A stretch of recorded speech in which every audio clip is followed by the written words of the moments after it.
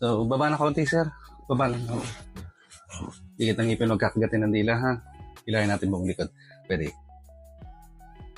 1, 2. Ramdam mo yan? Yes po. Tagilid.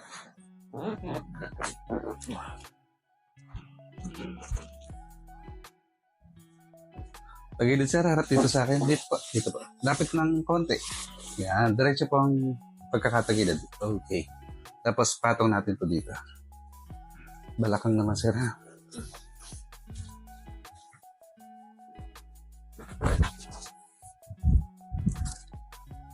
Kabila, sir. Dito po tayo. Lapit ng konti.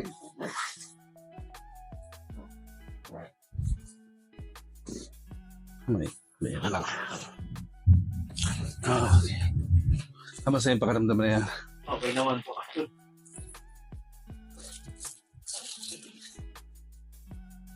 Dapa ka lang. Dapa, sir. Dapa. Alright, sir. Inhale, say long. Exhale sa bibig. Again, inhale. Exhale sa bibig. Relax lang, sir. Inhale. Exhale. Inhale. Exhale. Inhale. Exhale.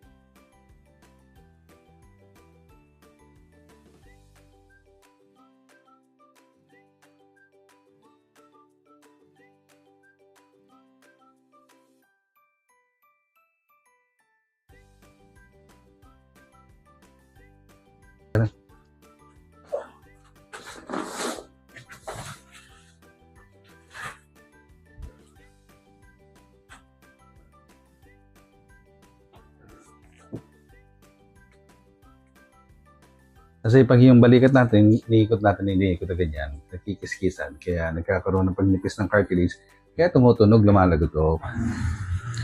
Pagka minsan naiiwas-iwasan yun, more on stretching lang talaga, sir. Nahihirapan tuloy ako mag-exercise. So, magpapa-x-ray muna po ako, gano'n. Wala namang fracture eh. Hindi naman makikita sa x-ray. Kung walang fracture, malamang mga litid yan, sir, yung problema.